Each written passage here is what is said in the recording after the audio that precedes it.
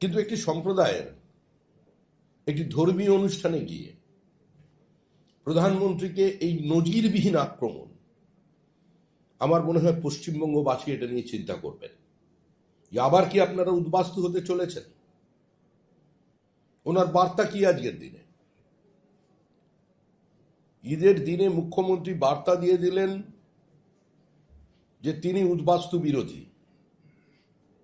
তিনি ভারতীয় সভ্যতা, সংস্কৃতি, পরম্পরা, আমাদের সামাজিক বহুত্ববাদের বিরোধী। প্রধানমন্ত্রীকে তিনি নিশানা করে বলছেন,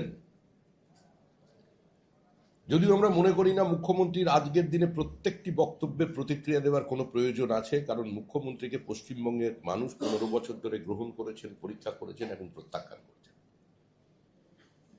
একটি দেশের পররাষ্ট্রনীতি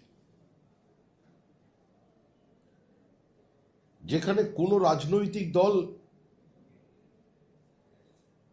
সাধারণত সরকারি নীতির বিরুদ্ধাচরণ করেন না, শুধু ভারতে নয় ভারতের বাইরেও এই একই পরম্পরা প্রত্যেকটি দেশ মেনে চলে। পণ্ডিত নেহরুর সময় কেউ করেননি, ইন্দিরাজির সময় কেউ করেননি, রাজীব গান্ধী, নরসিংহ রাওয়ের সময় কেউ করেননি, অটল বিহারী বাজপেয়ীর সময়ও কংগ্রেস এই কাজ করেনি। শেষের দিকে কিছুটা বিচ্যুতি এসেছে। একইভাবে আজকে যখন মধ্যপ্রাচ্য একটা অশান্ত অবস্থা তৈরি হয়েছে এবং তার জন্য অর্থনীতির ওপরে একটা প্রভাব আসছে, বিভিন্ন ধরনের সংকট তৈরি হচ্ছে, যে প্রধানমন্ত্রী ভারতবর্ষের বাইরের বিভিন্ন দেশের সঙ্গে নতুন করে সম্পর্ক গড়ে তুলেছেন, তিনি একটা স্থির জলের মধ্যে তরঙ্গ আনতে সমর্থ হয়েছেন। আজকে সেই আরব দেশ সম্পর্কে বলা হচ্ছে আরবি গিয়ে গলা মেলাচ্ছেন আর এখানে এসে বিরোধিতা করছেন, তাহলে ভারতীয় মুসলমানরা কি আরবের দিকে তাকিয়ে ভারতবর্ষে বসবাস করছেন? আমাদের এই প্রশ্ন সমস্ত সংখ্যালঘু ভাই বোনেদের কাছে। এটা ঠিকই, আমরা তো চাই বাংলাদেশের যারা সংখ্যালঘু আছেন তাদের সঙ্গে প্রধানমন্ত্রী গলা মেলান। আমরা তো পাকিস্তানের সঙ্গেও শান্তি চেয়েছিলাম।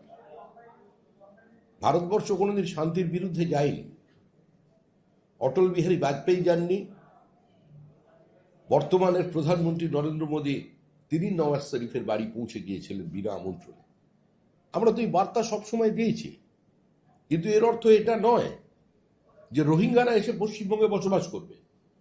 এর অর্থ এটা নয় যে বাংলাদেশি মুসলমান অনুপ্রবেশকারী তারা পশ্চিমবঙ্গের মাটিতে থাকবে,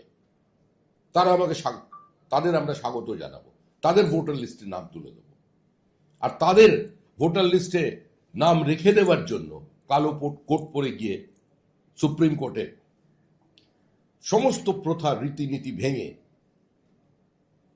আজকে বিচার ব্যবস্থার উপরে রাজনৈতিক প্রভাব বিস্তার করার চেষ্টা করবে।